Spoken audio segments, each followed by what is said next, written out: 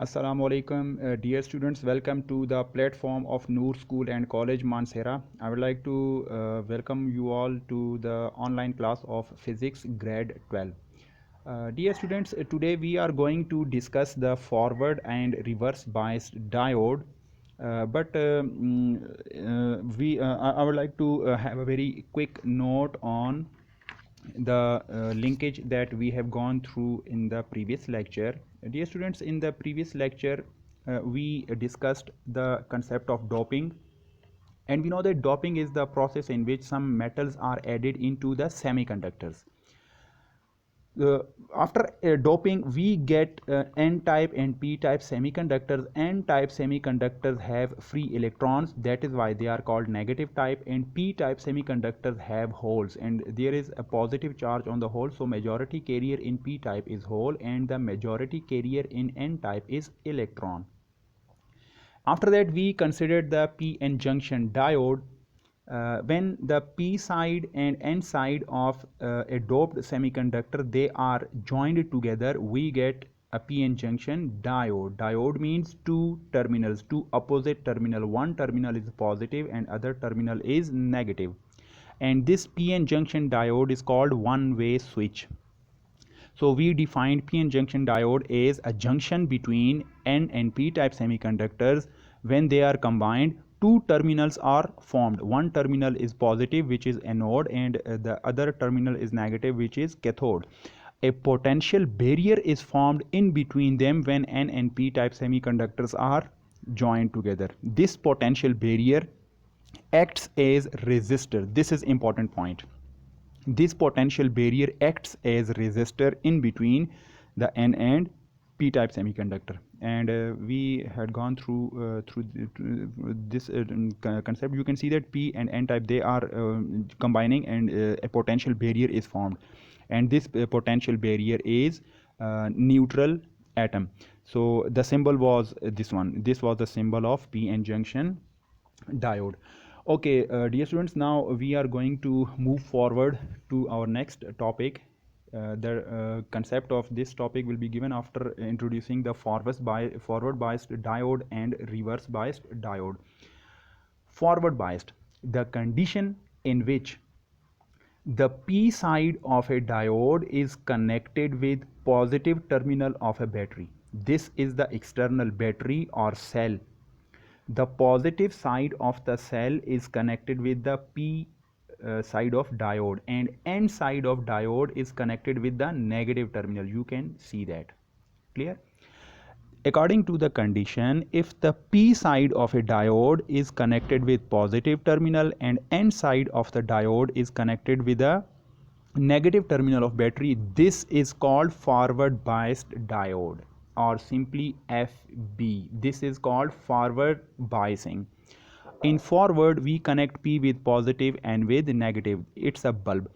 So keep in mind, whenever a diode is forward biased, it allows current to pass through it. The diode becomes conductor. This is the main concept. In forward biased, the diode becomes a good conductor. So you can see that the conventional current is emerging from the positive terminal. It goes through the diode and moves into the bulb, and the bulb becomes turned on. The bulb is on. Now look here, an important point: resistance of barrier decreases in forward bias. Whenever a diode is forward biased, its resistance decreases. When the resistance is decreased, diode conducts the current in forward bias. It becomes a good conductor because the resistance of the barrier is decreased. Now, equivalent diagram. The equivalent diagram of the forward biased diode is given here. You can see that this is the p side of diode, this is the n side. If p is connected with positive and n side is connected with negative, we call it forward biased, and the current passes through this diode because diode conducts the current whenever it is forward biased. The equivalent circuit of this forward biased diode is here. Consider this was the positive terminal, this was the negative terminal, and a diode acts as switch on. Whenever the switch is on, there is a path of current. The current will pass easily. In forward biased diode is a switch. Now similarly, reversed biased diode, this is the reverse connection of the diode. Reversed biased diode is the diode whose p side is connected with negative terminal and n side is connected with the positive terminal. Here in the figure you can see that the p side of diode is connected with the negative terminal and n side of the diode is connected with the positive terminal, and you can see here this bulb is off. If the bulb is not glowing, it means that there is no passage of the current. This diode does not allow current to pass through it whenever the diode is reverse biased. In the same manner, we can study the property the resistance of potential barrier increases in reverse bias. It means that whenever a diode is reverse bias, its resistance increases. However, in forward biased it was decreased, and in reverse biased this resistance increases. So whenever the diode is reverse biased, this diode does not conduct current whenever it is reverse biased. So equivalent diagram, you can see that this is the p side of diode, this is the n side. In reverse we connect p with negative and n with positive. There is no net current flowing through this diode. The equivalent circuit is like switch off. Consider this was a switch. In forward biased it was on, but in reverse bias it is off. There is no path for the current to pass from left to right or right to left. So there is no current in the reverse biased condition. Okay, this was the forward and reverse biased condition of the diode. Dear students, now we move forward to the rectification. Rectification is the process, according to the definition, rectification is the process of converting AC into DC, alternating current into direct current by using diodes. Rectification is the process in which AC is converted into DC by using diodes. Diodes are used to convert AC into DC. This process is called rectification. Okay, now before going into the detail of rectification, let me explain what is AC and what is DC. You might have known about AC and DC, alternating current and direct current. Is that what is AC? AC is called vibrating current, and the symbol of AC is this one, the circle and a wave in between. The important point is that one side of alternating current is positive, the other one is negative, but they exchange. This positive becomes negative and negative becomes positive. Now consider it's a copper wire. This is an electron. When we consider this condition, that this side is positive, this side is negative, for example, the electron is moving to the right. When the terminals are changing their polarity, positive becomes negative and negative becomes positive, then the direction of the current also changes. First the current goes right, then left, then right, then left. In simple words, when alternating current is applied across this copper wire, the to and fro motion of current happens.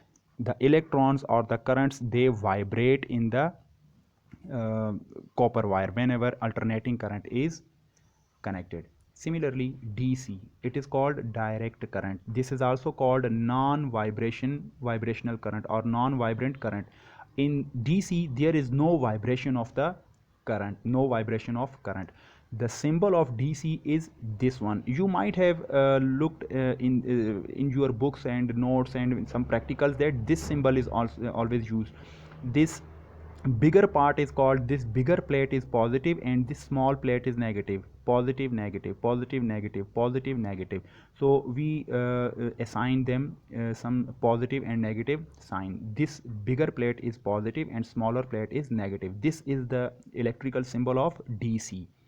Now what happens in DC? Look here, consider the same copper wire. There are many free electrons available here. If we connect a DC in between these terminals, all the electrons will rush to one direction. they will move in one direction. They do not come back, they do not vibrate, they always move one direction. This is also called one way flow of current. But in the AC case, we saw that there was a to and fro motion of the current whenever AC is connected, but there is one way flow of current whenever there is DC connection between these 2 points. So we can say that there is no vibration. Now, there are important graphs of AC and DC. As far as we know about the vibration, we know that whenever something is vibrating, we have a graph like this. This is the graph. It doesn't mean that electrons are moving like this in the wire. It simply means whenever currents are vibrating, we get this graph. What do we mean by this graph? Consider this central line is the line of time. As the time passes by, this is the central or mean point 0. The current or voltage first increases positive in positive direction, then decreases to 0, then in the negative direction increases, then 0, then positive increase 0, negative increase 0. As a whole, the current first increases in one direction, then it increases in the second direction, then again in the first direction and second direction. Keep in mind the upper portion of this main line timeline, the upper portion is positive and lower portion is negative, because positive lies at one side of the positive and negative lies at the other side, at the opposite side. What do we mean by positive? As far as the direction of electrons or direction of current is concerned, we saw that when the terminal was positive and negative, we called it that the electrons are moving at the right direction. When there is a change in the direction, positive becomes negative and negative become positive, then the direction of electron also reverses. If we take positive to the right, the negative will be to the left, right, left, right, left, and so on. It means that for the upper half cycle, this is half cycle, this is negative half cycle, this is positive half cycle. In the positive half cycle, the electrons move in one direction. In the negative half cycle, the electrons come back because they have to vibrate. In positive, they move forward. In negative, they come back again, forward, coming back. One direction, other reverse direction. One direction, reverse direction. This is the graph of AC. But as far as the DC is concerned, you can see that there is no fluctuation or no some like this wave. This is the timeline. 0, all the values are positive, there is no negative values. You can consider this graph as only positive cycles are available, there is no negative values available. So we can say that this all through the time this is positive. Electrons are moving to the right, right, right, right, there is no left or there is no coming back. So that is why DC does not change its direction. As far as the alternating current is concerned, in alternating current there is continuous change in the direction of the currents. This was the rectification and important basic concepts of AC and DC. Dear students, the other two concepts are rectification and their main types. In the rectification, we can see that there are two types of rectification. In the rectification phenomena, there are two types of rectification: half wave and full wave rectification. But further going into the detail, I would like to emphasize on the fact that first you must go through the definition of rectification, the concept of AC and DC and their graphs, because once if you are able to understand the graphs and the concept of AC and DC, you will be able to understand the process of rectification. So I would like to emphasize that first you must cover that topic to understand them better for the next topic. Thank you very much.